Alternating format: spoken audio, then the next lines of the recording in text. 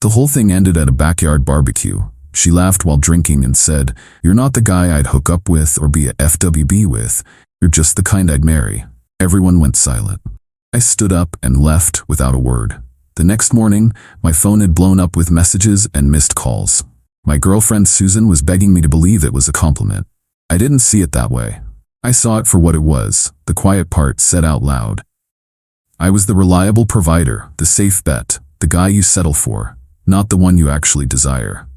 It was a business transaction where I was supposed to be grateful for being chosen as the long-term investment. I didn't call her back. I made coffee and started thinking. We were at our friends Mark and Sarah's place. It was a casual Saturday afternoon, about 8 of us sitting around a patio table. The conversation was light, just jokes and planning for the week ahead. Mark made a comment about me being a good dude for helping him fix his deck last weekend. That's what set Susan off. She was on her 3rd glass of white wine, and she got that smirk she gets when she's about to say something she thinks is clever and edgy. That's when the line came out. The air just went out of the conversation. Mark's smile froze. Sarah stared down at her plate. My best friend Liam, who was sitting next to me, just slowly shook his head. Susan seemed to be the only one who didn't feel the temperature drop. She took another sip of her drink, looking proud of herself. I didn't look at her. I just pushed my chair back, stood up, and walked through the house and out the front door. I didn't slam anything. I didn't yell. I just left. The silence that followed me out was more damning than any argument could have been. My phone started buzzing before I even got to my car. I ignored it. I drove home, put my phone on silent, and spent the rest of the night sorting through the last 3 years of my life in my head. The little comments that I'd brushed off, the way she always talked about her friends' expensive weddings, the subtle digs about my sensible car or my practical hobbies. It all clicked into place. Her statement wasn't a slip-up. It was a summary of her entire philosophy. The morning after, the backlog of notifications was a sight to behold. 17 missed calls, a flood of texts. They started angry. "Are you seriously giving me the silent treatment?" Then shifted to confused. "Are you okay? I'm getting worried," and finally landed on panicked desperation. "Please just call me. I'm so sorry. I didn't mean it like that. It was a compliment." I read them all, feeling nothing but a sense of finality. My first call wasn't to her. It was to Liam. "Hey," I said when he picked up. "You got a minute?" "Dude, are you okay? Yesterday was brutal." "I'm fine," I said, and for the most part I was. "Tell me what happened after I left." Liam sighed. It was dead quiet for like a full minute. Susan did this nervous little laugh and was like, "What? He's so sensitive sometimes." Nobody responded. Sarah just got up and started clearing the table. Mark followed her inside. It was awkward as hell. Susan tried to make small talk for another 10 minutes, but nobody was having it. She eventually left. She looked pissed. "Good," I said. "That's what I needed to know." She's trying to spin it like she was joking. "Nobody thought it was a joke, man," Liam said firmly. "Nobody." That was the first piece of the puzzle. Her immediate reaction wasn't remorse. It was annoyance that her joke hadn't landed, and that I'd ruined the mood. The apology only came hours later, when she realized I was serious. I knew the next step would be managing the social fallout. Susan was an expert at playing the victim and manipulating group dynamics. I needed to get ahead of it, but not by getting into a messy argument. I needed a simple, undeniable truth. Sure enough, a few hours later, I got a text from Sarah. "Hey, I don't want to get in the middle of this, but Susan is blowing up the group chat, saying you stormed out over a silly compliment and that she's worried you're having some kind of breakdown. I know that's not what happened." Attached was a screenshot from their girls' chat. Susan's text read, "Ugh, you guys were there. I told Alex he was marriage material, and he completely freaked out and stormed off. Is it me, or is that a huge overreaction? I'm seriously worried about his mental state. It was a compliment." There it was, the official narrative she was building. I was unstable, and she was the concerned, loving girlfriend. I texted Sarah back. "Thanks for this. Can you do me a favor? Just add me to the main group chat for a minute. I'm not going to start a fight." She agreed. A moment later, my phone buzzed with the notification. I saw Susan's most recent message was another one expressing her concern. I waited for a beat, then I posted one single message. I typed, "To clarify for everyone, what Susan said was, you're not the guy I'd hook up with or be FWB with. You're just the kind I'd marry." I am not unstable and I was not flattered. I am taking some space. I'd appreciate it if everyone respected that. I didn't editorialize. I didn't add any emotion. I just put the direct quote, the one everyone at the barbecue had heard, out in the open. The chat, which had been active with Susan's friends, offering her sympathy, went completely silent. By quoting her directly, I had completely neutralized her spin. Her version sounded plausible. My version, the real version, was indefensible. No one could twist that quote into a compliment. Susan immediately started typing, the 3 little dots appearing and disappearing. I could imagine her scrambling for a way to reframe it. Before she could post whatever she was coming up with, I had Sarah remove me from the chat. I'd said my piece. The facts were on the table. I didn't need to be there for the debate.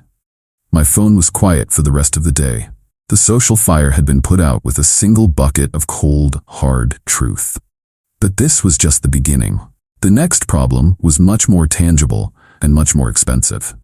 The problem was Italy. For the last year, Susan and I had been planning a 2-week trip to Italy. It was her dream trip. We were supposed to go in 6 weeks. Being the planner in the relationship, I had handled all the bookings, the flights from New York to Rome, the train tickets, the hotels in Florence and Venice, the tour of the Colosseum, the cooking class in Tuscany. Everything. And I had booked it all on my primary travel credit card to maximize the points. The grand total came to just over $8,000. Her share was roughly $4,000. She had been paying me back in installments, whatever she could spare from her paychecks. She talked a big game about money, but her spending habits were a mess. A quick check of my records showed she had paid me $1,500. She still owed me $2,500. Now, with us being over, the trip was obviously not happening, but a significant portion of the bookings were non-refundable. The flights had a massive cancellation fee, and 2 of the 3 hotels were prepaid with no refund option. I spent Tuesday evening going through every single booking confirmation email. I highlighted every cancellation policy, every line item that said non-refundable, and every fee schedule. I created a spreadsheet. It had 3 columns: booking, total cost, and non-refundable amount. I filled it out meticulously. The total non-refundable portion of the trip came to $5,800. My position was simple. I was willing to eat my half of the loss. That was my $2,900 gone. It was an expensive lesson, but fine. However, I was not going to eat her half. She was on the hook for her share of the non-refundable costs, which meant she still owed me the remaining $2,500 of her half, plus the additional $400 to cover her share of the sunk costs. $2,900 ners, $2,500. So she owed me a total of $2,900. Texting was out. This needed to be formal. I composed a new email. The subject line was clear and impersonal. Cancellation and final reimbursement for Italy trip. Booking ref IT 2025. The body of the email was polite, but firm. Susan, following the end of our relationship, I have begun the process of canceling our planned trip to Italy. As many of our bookings were non-refundable or carried significant cancellation fees, I have created a summary of the financial losses. Attached, you will find a spreadsheet detailing each booking, its total cost, and its non-refundable portion. I have also attached PDF copies of the original booking confirmations and their cancellation policies for your reference. The total non-refundable cost for the trip is $5,800. My share of this loss is $2,900, which I accept. Your share is also $2,900. According to my records, you have paid $1,500 towards your total $4,000 share of the trip. The remaining balance you owed was $2,500. This means you are still liable for your full portion of the non-refundable costs. Please remit the final balance of $2,900 to my account via bank transfer by October 9th, 2025, 30 days from the date of this email. If this poses a financial hardship, I am willing to discuss a reasonable payment plan. This is a purely financial matter I wish to resolve amicably. All future correspondence on this topic should be via this email thread for our records. Sincerely, I hit send. Then I went into my credit card portal and started the cancellation process for everything that was refundable. I got about $2,200 back immediately. The rest was gone. The response from Susan was not an email. An hour after I sent my message, my phone erupted. A string of calls, one after another, which I ignored. Then came the voicemails. The first one was pure rage. "How dare you?" she screamed into the phone. "You're stealing from me. That's our trip. You can't just cancel it and send me a bill like some kind of loan shark.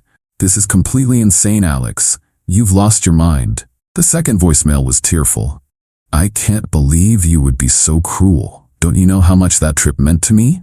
Meant to US? You're just throwing everything away over one stupid comment. I don't have $3,000, Alex. Are you trying to ruin my life? I listened to both, then deleted them. I waited a day, giving her time to process that her emotional outbursts weren't going to work. When I still hadn't received an email, I sent a final short one. Subject: Cancellation and final reimbursement for Italy trip. Booking ref, IT 2025. Susan, per my previous email, all communication on this matter must be in writing. I have not received a response regarding the outstanding balance of $2,900. Please confirm by the end of this week if you intend to pay the balance or if you would like to discuss a payment plan. If I do not hear from you, I will be left with no choice but to file a claim in small claims court to recover the funds. Alex. The mention of small claims court was the kill shot. It moved this out of the realm of a messy breakup and into the cold black and white world of legal consequences. She knew I had every receipt, every confirmation, every bank statement. She had no leg to stand on. 2 days later, I got a terse email. Fine, I'll pay it. I'll need 2 months. I replied, that is acceptable. Please send the first payment of $450 by October 9th and the second by November 9th. She just replied, whatever.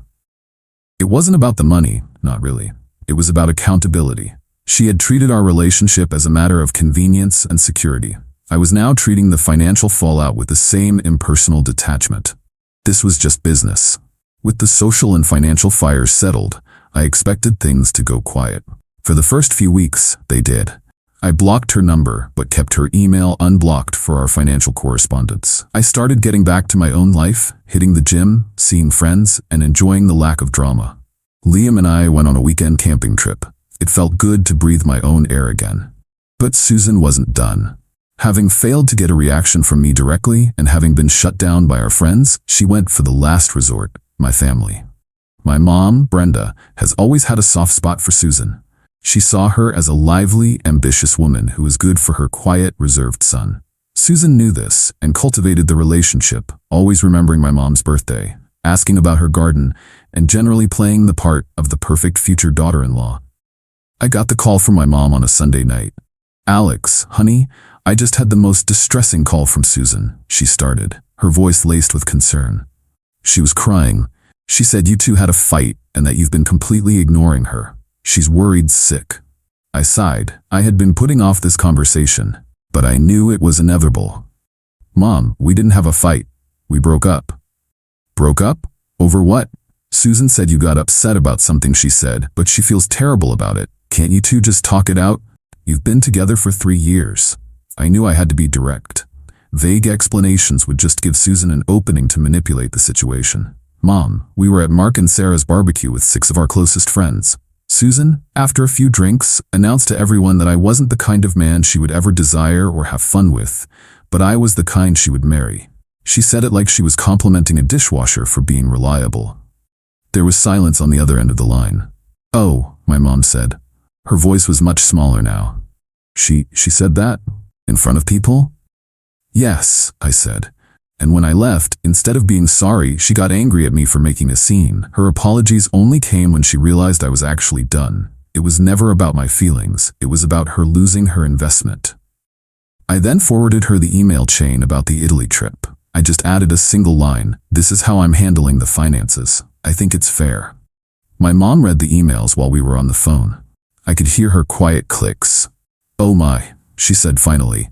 This is all very businesslike, and she owes you that much money? Yes, and she's agreed to pay it. Mom, I need you to do me a favor. I need you to stay out of this. Please. Susan is going to try and use you to get to me. Don't let her. If she calls, just tell her it's between me and her and you don't want to be involved. My mom was hesitant, but she agreed. All right, honey, if that's what you want. I'm sorry this is happening. I thought that would be the end of it. It wasn't. Susan, rebuffed by my mother, tried a different angle. She tried to crash a family event. My cousin, Jessica, was having her engagement party in a few weeks. It was a big, catered affair at a local event hall. I knew Susan had been looking forward to it, mostly to show off and network with my extended family, some of whom are fairly successful. After we broke up, my aunt, who was hosting, called to confirm my RSVP and gently asked if I'd be bringing a +1, a clear signal that Susan was uninvited. I told her I'd be coming alone. In the meantime, something unexpected had happened. A woman I knew through my hiking club, Megan, had asked me out for coffee. We'd been friendly acquaintances for a while. She was a landscape architect, smart, funny, and refreshingly down to earth. We went out and it was easy. We talked for 3 hours. There was no pretense, no agenda. We went out again the next week. It was new, and I wasn't looking for anything serious, but it was nice. It was the opposite of my relationship with Susan. The night of the engagement party, I was feeling good. I was wearing a new suit, I'd just had a great week at work, and the drama with Susan felt like it was finally in the rearview mirror. I was standing by the bar, talking to my uncle, when I saw her. Susan had crashed the party. She must have just walked in like she belonged there. She was wearing a stunning, expensive-looking red dress, clearly chosen to make a statement. She zeroed in on me immediately and started walking over, a determined look on her face. "Alex," she said, her voice loud enough for a dozen people to turn their heads. "We need to talk, now." My uncle looked from her to me, confused. "Susan, what are you doing here?" "I'm here to talk to my boyfriend," she said, looking right at me, completely ignoring my uncle. "We're not together anymore, Susan," I said, keeping my voice low. "And you were not invited. You need to leave." "I'm not leaving until you talk to me," she insisted, stepping closer. "You can't just throw away 3 years of our lives because of one little comment. You owe me an explanation." The entitlement was staggering. She was making a scene at my cousin's party, demanding my attention as if it were her right. Before I could say anything else, another voice cut in, calm and clear. "Excuse me, I think you have the wrong person." It was Megan. I hadn't even seen her arrive. She had come with a mutual friend from the hiking club who was also a friend of my cousin. She walked over and stood beside me, not touching me, but presenting a quiet, united front. She gave Susan a polite, neutral smile. "Hi, I'm Megan," she said. "A friend of Alex's. He was just telling me about his new project. I think you might be interrupting." Susan's face was a storm of emotions. Shock, rage, and humiliation warred for dominance. Seeing me with another woman, a calm, confident, and beautiful woman, was something she had clearly not prepared for. It shattered the narrative in her head where I was sitting at home, miserable and pining for her. "Who the hell are you?" Susan hissed, dropping all pretense of civility. "Like I said, I'm Megan," she replied, her smile never wavering. "And you are making a scene at someone else's party. Maybe you should go." That was it. The public challenge, the utter lack of intimidation from Megan, it broke Susan. Her carefully constructed composure crumbled. "You did this to spite me," she shrieked, pointing a shaking finger at me. "You replaced me in a month? Is that all I was worth? After everything I did for you? After I was willing to marry you?" The word marry echoed in the sudden silence of the room. Everyone was staring. She had just announced at the top of her lungs the very transaction she had tried to frame as a compliment. She had exposed her own cynical, transactional view of our relationship to my entire family. My aunt and uncle were already moving towards us, their faces like thunder. My Uncle John, a man who does not tolerate nonsense, got to her first. "That's enough," he said, his voice low and firm. He gently but inexorably took her by the arm. "You're leaving, now." Susan tried to yank her arm away, but he was immovable. She shot me a look of pure hatred as my uncle escorted her towards the door. The last thing I saw was her furiously texting on her phone as she was ushered out. A moment later, my phone buzzed in my pocket. It was a text from Susan. A long, rambling paragraph of rage and insults. Then another.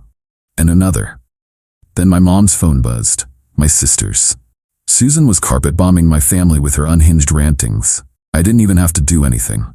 She was doing all the work for me. The evidence of her instability was being sent directly to the people she had tried to win over. My mom just looked at her phone, shook her head, and blocked her number on the spot. The rest of the night was surprisingly fine. The family rallied around me. Megan was incredible, chatting easily with my cousins and aunts, fitting in without even trying. She never once mentioned the incident with Susan. She just acted like a supportive friend. It was a stark contrast that said more than anything else. The final payment of $450 from Susan arrived in my bank account a week early. The notification was from her father's bank, with the memo line simply reading, "Final payment." There was no email from her, no final words, just the money. It was over. A few months passed. Life was quiet and good. Megan and I were officially dating, and it was the healthiest, most respectful relationship I had ever been in. We communicated, we respected each other. There were no games. One Friday night, we were cooking dinner at my place, drinking a bottle of wine. We were planning a weekend trip, just a simple drive up the coast to go hiking. I pulled up a hotel booking site on my laptop. As I typed in the dates, I saw an ad in the sidebar for flights to Italy. I paused for a second.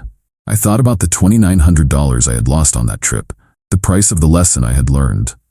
Then I looked at Megan, laughing as she chopped vegetables, completely at ease in my kitchen. The loss didn't sting anymore. I closed the laptop. I didn't need to go to Italy to feel like I was on vacation. The peace in my own home was better than any trip we could have taken. I deleted Susan's email address and the folder with all the receipts. I didn't need the evidence anymore.